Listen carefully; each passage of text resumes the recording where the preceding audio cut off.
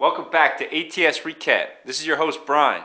Today in history, it's 1964 and the Good Friday earthquake, the most powerful in U.S. history, is recorded at a 9.2 magnitude in south central Alaska.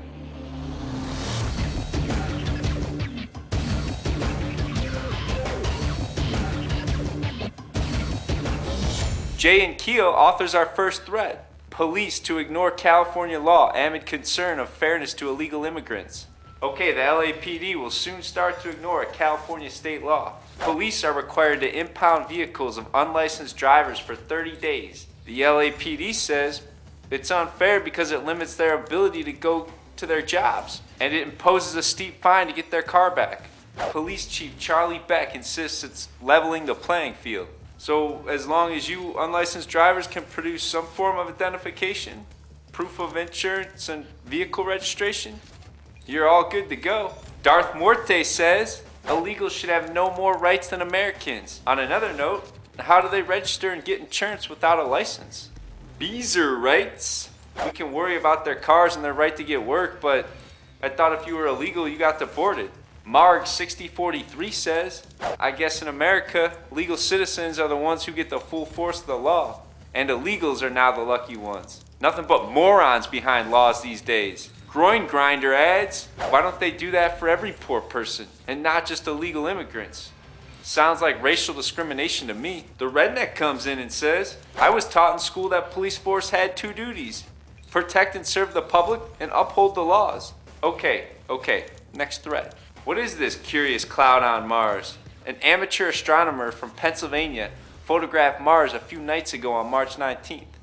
He noticed the curious plum after processing his images. The OP says that no one's certain of the cloud's nature yet, but it could be ice crystals or even dust. Chamber F equals 6 says, throw off from a meteorite? Numinous Cosmos thinks, dust storms. And Phage steps in, meteor strike, maybe.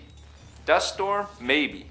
Ice cloud, now that's my vote. Fraternitas Saturni posts this pic. I probably just botched the hell out of that name. G-Lantra posts our next thread. More evidence that they knew about the quake in Mexico before it happened. Wow, just wow. Can you read Spanish? I can, and I can't believe my eyes. The OP finds a post on Yahoo Answers, dated March 18th, 2 days before the earthquake.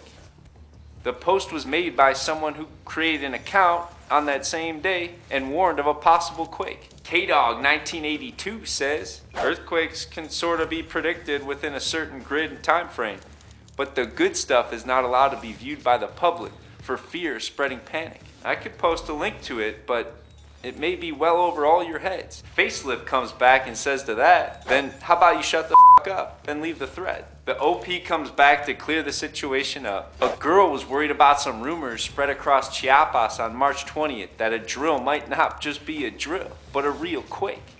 She created a Yahoo account only to ask if others knew about the rumors. And that's when another user from Chiapas posted an answer on that same day, stating that she too was afraid, as her aunt called and told her not to be surprised if shaking on the day of the drill. Vinny Vetti confirms a drill was scheduled for that day and then posts, Chiapas governor says 6 minutes before the earthquake that everything is ready for the 7.9 Richter scale earthquake simulation. Earthquake simulation? Sounds like the powers that be have a new plan for the New World Order. DJ Superman posts our final thread. FBI file says aliens are from a higher dimension, are human-like and interested in settling here. The FBI vault was created last year, allowing the public access to unclassified documents. Phage chimes in. Somebody wrote a letter about flying saucers? What a surprise. Son of the Law of One responds, did you miss the part that says the writer has several university degrees and was a former university head? Okay, so Phage comes back with, nope, didn't miss it. It's something somebody wrote a letter to the FBI about.